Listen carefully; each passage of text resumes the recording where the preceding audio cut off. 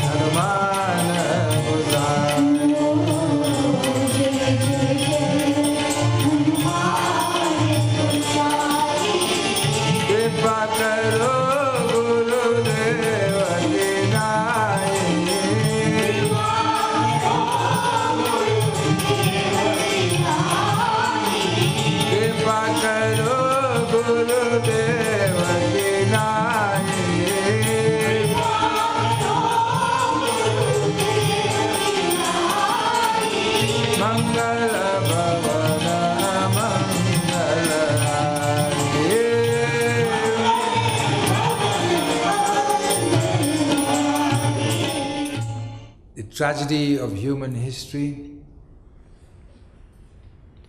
is decreasing happiness in the midst of increasing comforts. The more comforts we have, the more we try to safeguard them. The more things we own, the more insurance we take out, the more protection we take out. When you have a child and you tell the child, all of us, no one is exempted from this. What you tell the child, what you tell your child, son or daughter as a child maybe, I want you to read and I want you to study, and when you grow up, I want you to be a big person, a big man or a big lady. Is that true? Don't you tell our children that? And every time the child is not studying, you go and remind him. Why are you not studying? Do you want to be like me? I want you to be better than me. I want you to get power. I want you to get fame. I want you to get learning. That's what we tell our children. All of us. So the child, what he does or she does, studies. If he doesn't become delinquent, or if he doesn't go for drugs, in the case, he studies and he tries to become this big man or big woman that you want him to be. Do any of us tell our children, son or daughter, try to get inner growth and inner shanti. None of us tell our children, our child, that you know what? You must try to educate yourself in such a way that you get what? Inner peace. We don't tell. Not many people then tell their children, you know what? Try to get the knowledge of inner peace, inner wealth. This is most important for you. So, what the child does, grows up, and what he takes as normal. You know what he takes as normal? Calm, desires, krodha, anger, lobe, greed. He or she takes this as normal in his growing up, or her growing up. They take this as normal. Anger, greed, lust, jealousy, egoism. They take this as normal. And what they take as abnormal? As abnormal, they think, is for you to tell them they must get inner peace. They think this is abnormal. Why should you tell them that? They don't see this on television. They don't see this being played out on any game show. They don't see this anywhere. But what they see? They see tragedy amidst our comforts. Tragedy, shooting, killing. Look what is happening in the Middle East now. Just think about what's happening in the Middle East, where people are being killed if they do not want to succumb to another religion. Destroyed. It's called ethnic cleansing. And these people are, and it is said from the news that we hear, that they are well equipped, they have lots of money, etc., etc., etc. Don't you think that if they could change their thinking, if they could change their, and we also, all of us, not them only, we too, if we can change our thinking from the external greed and corruption and anger, etc., and just change to ask for peace, you think this world will not be a better place? Of course it will be a better place. But there is no fun in that. There is no fun in that. The fun is when you can put someone down, when you can be angry with someone, when you can be jealous of someone, when you can do harm to someone, when you see your own family getting up and you feel, why should they get up? I should be getting up. You try your best to see how you can, bring them down. In other words, what we take as normal is abnormal, and what we take as abnormal is normal. So how do we do this? People say that when you are in difficulties, you pray to God. That's not true. When you are in difficulties, you bang your head against the wall.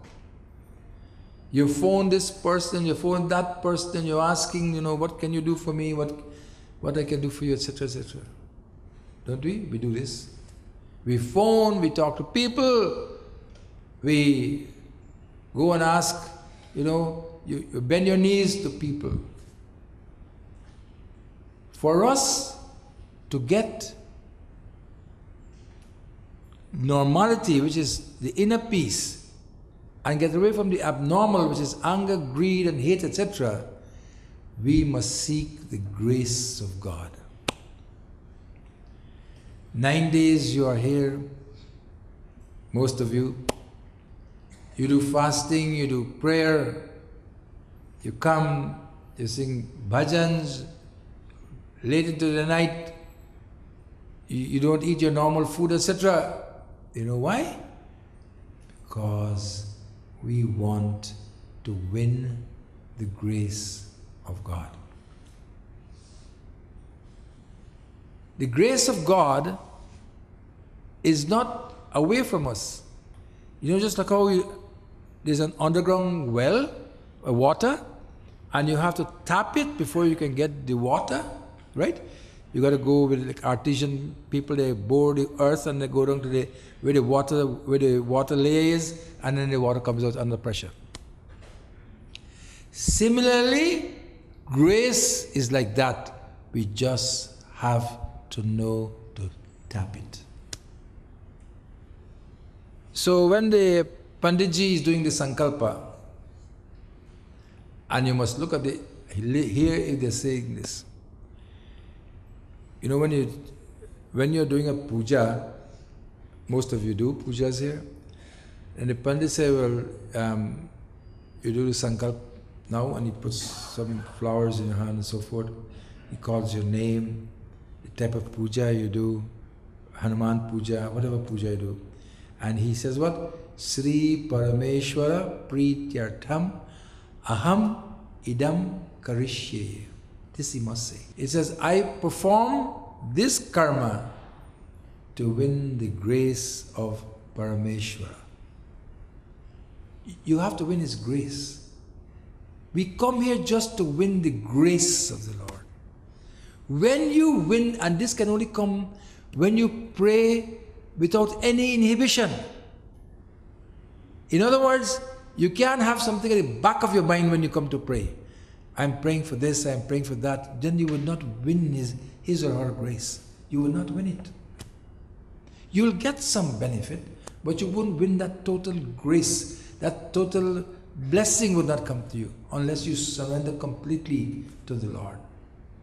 And this part of the sankalpa, Sri Parameshwara Prityartham Aham Idam Karishe. Idam Karishe means I am performing this karma for what? Prityartham, for the grace of Bhagavan.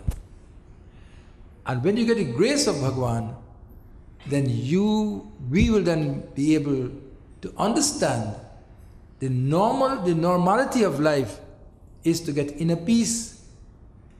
The normality of life is to get inner happiness.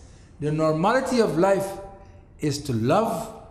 The normality of life is to help. The abnormality of life is anger, is greed, is jealousy, is hate. This is the reason why we pray. And as I said, we pray and we must pray as to surrender everything to her. And then she will come to us. And one day the Lord asked Vashisht, tell me, what do you want? Anything you want, I will give to you. He says, tell me anything you want, I will give it to you. And you know what he said? Natayaka Baramango Rama Kripa Karide Janama Janama Prabhupada Kamala Kabamugate Janine Nath Ek Baramango Rama Kripa Karide Janama Janama Prabhupada Kamala Kabamugate Janine.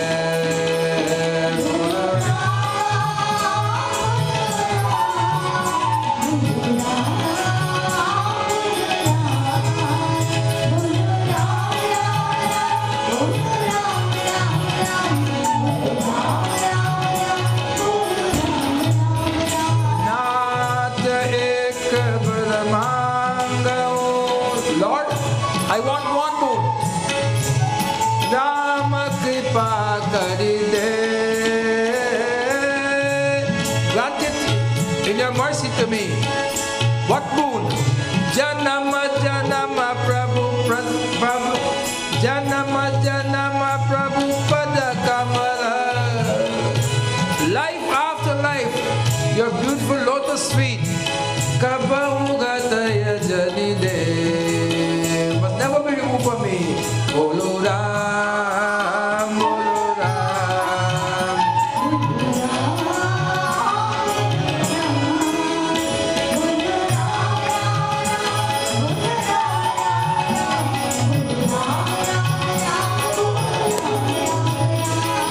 Manusha Janma Durlabha hai.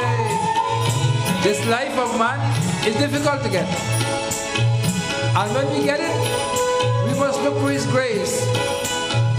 Manusha Janma Durlabha hai. Milena Barambar.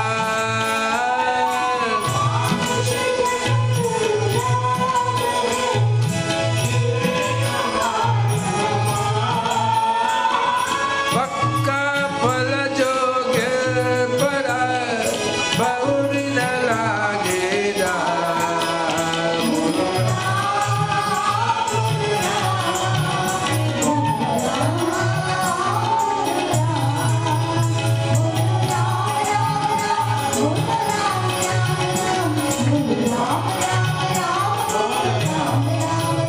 Bolo Ram Ram Ram, Bolo Ram Ram Ram, Bolo Ram Ram Ram, Bolo Ram.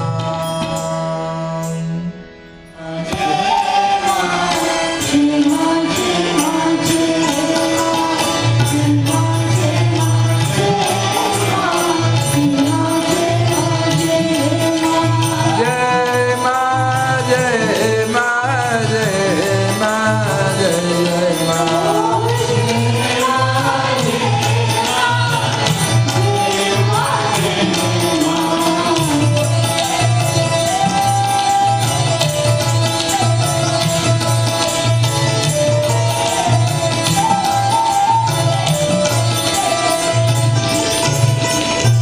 Ya Devi Sarvabhuteshu Shanti Rupena Samstita. Namastasya Namastasya Namastasya Namo Namah. सब कोई भाव लगाइए.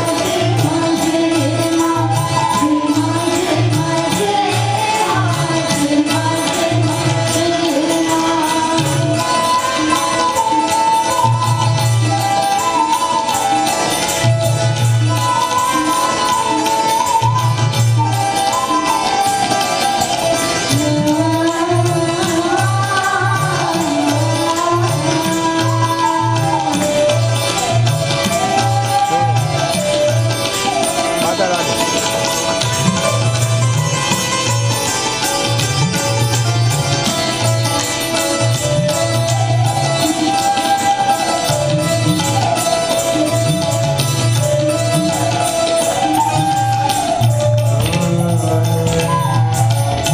माता रानी ने कृपा बरसाए मेरे हर गल पूरे उदियाए.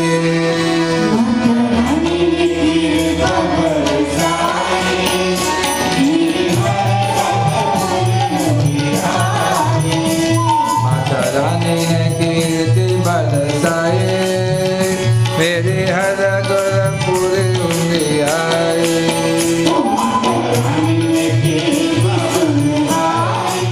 I hope you're enjoying today's program. Here's a little talk on meditation and why we should meditate, and also why we offer fruits unto the Lord. Let's go to Vishnu Mandir. To help us on this journey, we must try to sing His prayers, but we must also try to see whether we can meditate a little bit. Whether we can sit quietly and call His name, meditate upon His name. And you must not be extraordinarily worried that you are a sinner, that I am a sinner, that we are all sinners. Because religion is made for sinners. It's not made for the perfect. If you are perfect, then why do you need religion? You don't. Religion is made for sinners and or the imperfect ones.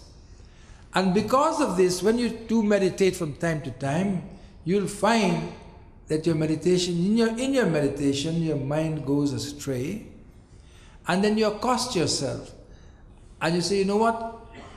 This should not happen to me. Why is this happening to me? Well, it will happen to you, because you and me and you and all of us, we are not perfect.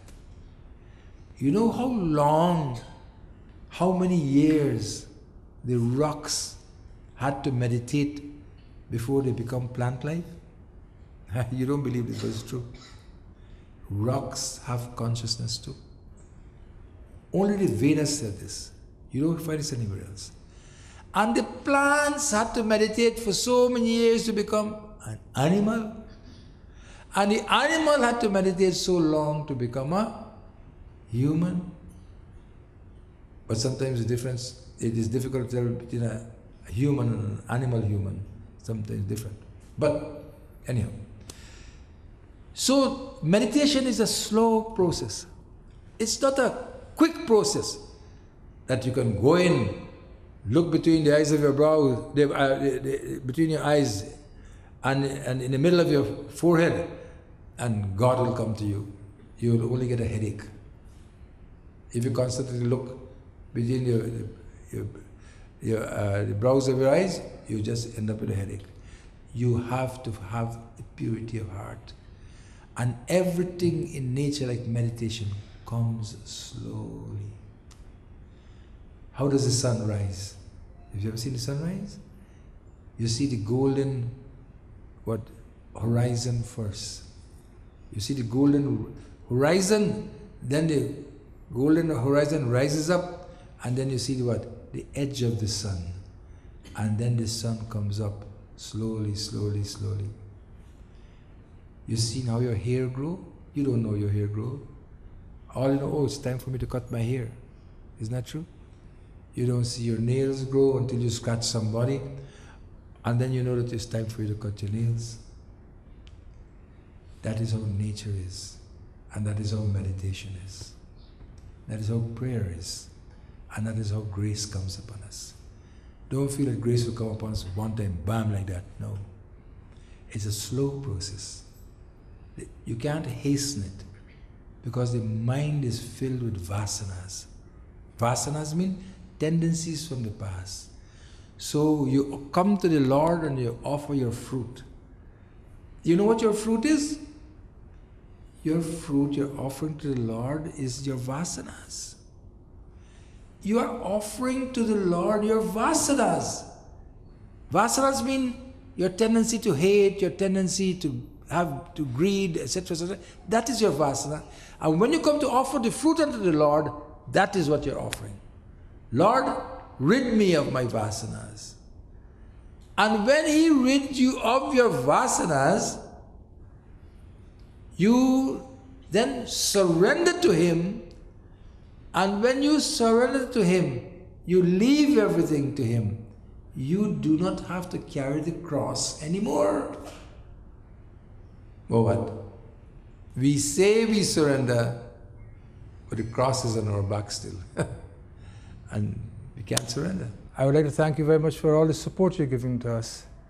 Our museum, our school, and now let us go and listen to Gita. Parshan kritva bahirbahyam chakshashayvantare bruvo pranapanau samau kritva nasyabhyantaracharinam. Bhagavan Krishna is trying to describe who is a liberated person.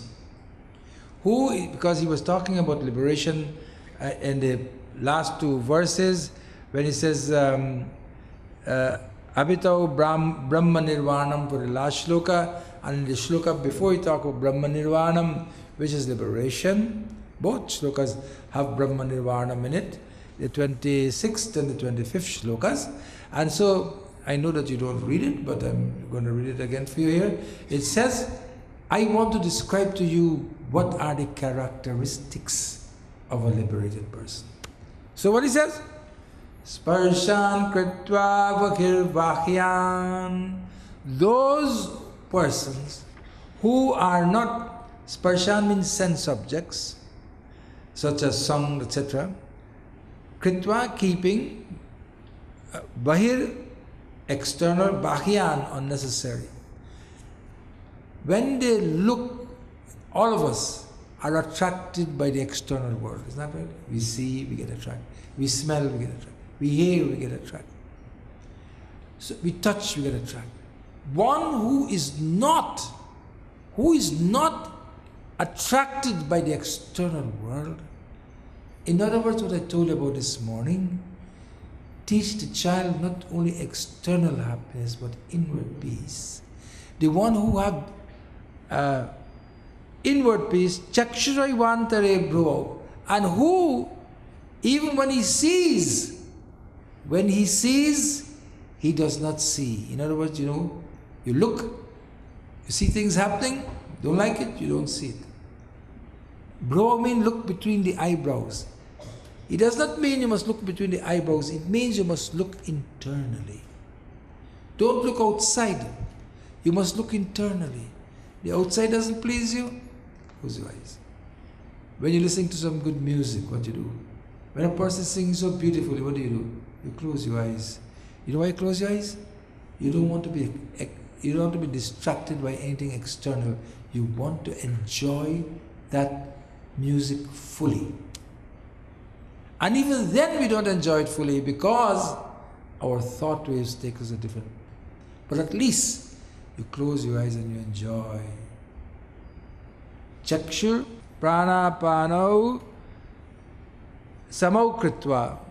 Even your breathing, prana, what I taking, apana, what I give out. Pranapana, the breathing of such a person is so harmonious and is so subtle that even a yogi, you might put a mirror in front of his nose and yet it would not vaporize because you might think he's not breathing. His breathing is still in. You understand what I'm trying to say? The external world is not going to give you liberation. What you see is not going to give you liberation. You have to what? Take in. Take in, which will... Prana means not only take in breath. Prana means taking in anything into you. Thoughts, food, purity of heart. Take them in. Apana, give out what is not good to you. And then, not only that, but you, the air that you breathe, the air that you breathe, it must be so subtle, and even within the nostrils, when the air goes within the nostril, it is not a harsh breathing. In other words, the man of liberation does everything harmoniously and is not affected by the external world. I would like to thank you for being on the program with me today. May the good Lord bless each and every one of you. May you continue to enjoy this beautiful period until Diwali. And until then, Namaskar.